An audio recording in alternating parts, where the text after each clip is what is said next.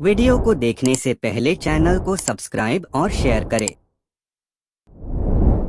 है श्री रामचरितमानस का जिक्र छिड़ता है तो भगवान श्री राम और माता जानकी का ही जिक्र उसमें सबसे पहले आता है। इसके बाद लक्ष्मण जी का जिक्र होता है, उनके बारे में बताया जाता है, क्योंकि भगवान श्री राम, माता जानकी और लक्ष्मण जी, यही 3 लोग वनवास गए थे। लेकिन दोस्तों, क्या आपको भगवान श्री लक्ष्मण की पत्नी माता उर्मिला के बारे में भी ज्यादा जानकारी है? वस्तुतः माता उर्मिला का त्याग माता सीता से भी कहीं बहुत बड़ा था।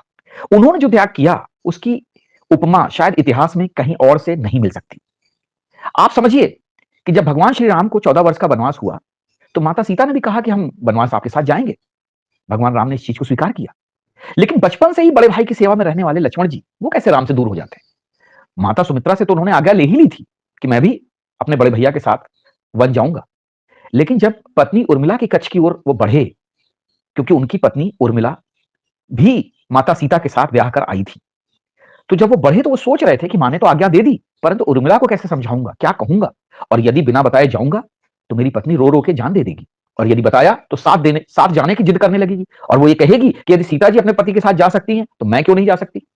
यही सोच विचार करके लक्ष्मण जी जैसे ही अपने कक्ष में पहुंचे तो देखा कि उर्मिला जी आरती का थाल लेके खड़ी थी और बोली, प्रभु आप मेरी चिंता छोड़िए और अपने बड़े भाई श्री राम की सेवा में वन को जाओ, मैं आपको नहीं रोकूंगी, मेरे कारण आपकी सेवा में कोई बाधा ना आए, इसलिए साथ जाने की जिद भी नहीं करूंगी। अब सोचिए कितना बड़ा चरित्र था माता उर्मिला का, कितनी बड़ी सोच थी उनकी।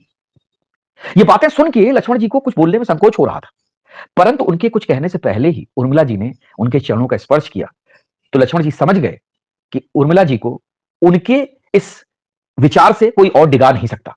लक्ष्मण जी बाहर निकले, भगवान राम के पार्श्व में उनके बाजू में जाके खड़े हो गए और कहा कि भैया मैं भी आपके साथ चलने के लिए तैयार हूं। अब सोचिए, उर्मिला जी ने जो किया वही पत्नी का धर्म है। पति संकोच में पड़े तो इससे पहले ही पत्नी उसके मन की बात जानकर उसे संकोच से बाहर कर दे।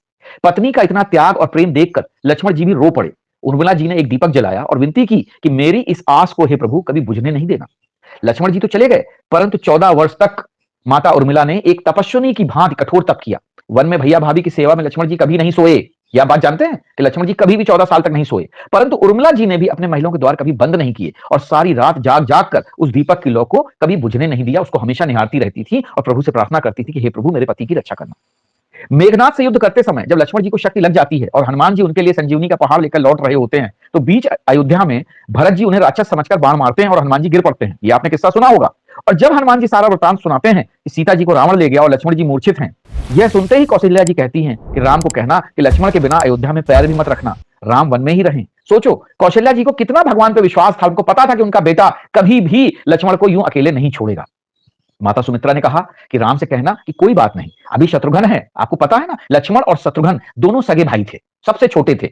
उन्होंने कहा कि अभी शत्रुघ्न है, मैं उसे भेज दूंगी, मेरे दोनों पुत्र अगर बड़े भाई राम की सेवा के लिए अगर काम आ जाएं तो मेरा जीवन धन्य होगा। ये मेरे दोनों पुत्र राम की सेवा के लिए ही तो जन्मे हैं। अब सोचिए कैसी थी उनकी माताएं कि जिन्होंने अपने पुत्रों के लिए यह भी नहीं सोचा कि लक्ष्मण मूर्छित पड़े हुए हैं, पता नहीं उनकी जान बचेगी या नहीं बचेगी, लेकिन फिर भी उन्हें भगवान राम से इतना विश्वास था, इतना प्यार था कि उन्होंने ये बात कही। माताओं का प्रेम देखकर हनुमान जी की आंखों से अश्रुधारा बह रही थी। हनुमान जी बहुत ही द्रवित थे, बहुत ही ज्यादा संकोच में थे, परंतु जब उन्होंने उर्मिला जी को देखा तो सोचने लगे कि अरे ये क्यों इतना एकदम से शांत खड़ी हुई हैं, इनकी ना तो आंखों में आंसू हैं ना ही ये घबराई हुई हैं, क्या इन्हें अपने पति के प्राणों की चिंता नहीं है? हनुमान जी ने तब उनसे हाथ जोड़ के पूछा, हे देवी उर्मिला, आपके इस मौन का कारण क्या है? आपके पति के प्राण संकट में है, सूर्य उदित होते ही सूर्य कुल का दीपक बुझ जाएगा, आपके पति के प्राण चले जाएंगे। उर्मिला जी ने जो जवाब दिया उसको सुनकर न सिर्फ हनुमान जी बल्कि तीनों लोगों का कोई भी प्राणी उनकी वंदना किए बिना नहीं रह पाएगा, और वही हुआ भी। उर्मिला जी ने कहा, मेरा दीपक संकट में नहीं है, वो बुझ ही नहीं सकता। रही बात सूर्योदय की तो आपके वहां पहुंचे बिना सूर्य उदित ही नहीं हो सकता। हे पवन पुत्र, आप आराम से जाइए, मैं सूर्य को उदय होने नहीं दूंगी जब तक मेरे लक्ष्मण के प्राण वापस नहीं आते हैं। उन्होंने कहा कि हे अंजनी नंदन, प्रभु श्री राम मेरे पति को अपनी गोद में लेके बैठे हैं, जो योगेश्वर राम की गोद में लेटा हो उसे काल कैसे छू सकता है?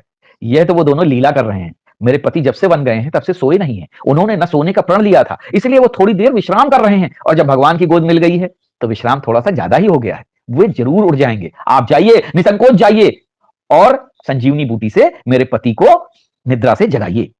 और उन्होंने फिर आगे बोला कि हे अंजनी नंदन, शक्ति मेरे पति को नहीं लगी, शक्ति तो राम जी को लगी है। मेरे पति की हर श्वास में राम है, हर धड़कन में राम है, उनके रोम रोम में राम है, उनकी खून की बूंद बूंद में राम है, और जब तक उनके शरीर और आत्मा में है तब तक सिर्फ राम है। और जो शक्ति लक्ष्मण को आप बता रहे हो लगी हुई, वो शक्ति तो कायदे से राम को लगी है, दंड राम जी को ही हो रहा है। इसलिए हनुमान जी आप निश्चिंत होकर जाएं, सूर्य उदित नहीं होगा।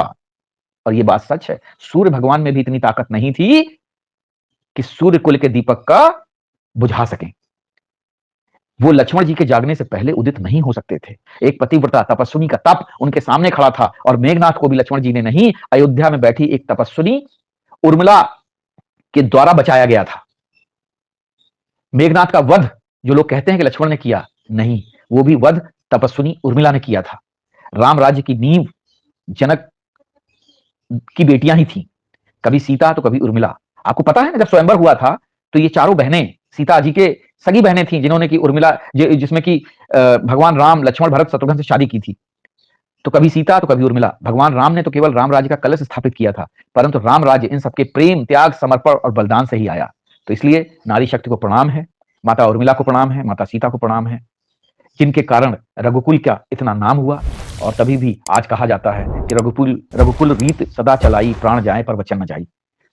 जय हिंद, जय भारत।